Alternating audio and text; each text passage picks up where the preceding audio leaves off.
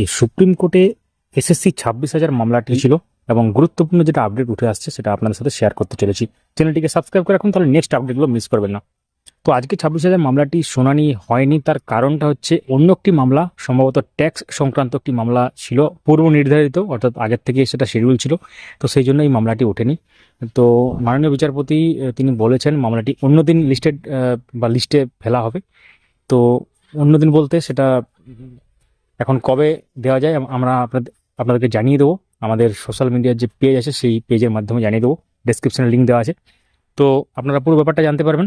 তো এটা short and simple ব্যাপার ছিল। তো এর আগে আপনারা জানেন যে যোগ্য অযোগ্য আলাদা করার একটা ব্যাপার ছিল, এবং সেক্ষেত্রে আহ, মানে এসএসসি তার যে সাবমিশন দিয়েছে সেটা অলরেডি আমরা শেয়ার করেছি। এখন দেখার বিষয় সেগ্রিগেশন বা যে সেপারেশন সেটা কীভাবে করা যায় এবং তার সাথে পুরো ব্যাপারটা কীভাবে উঠে আসে।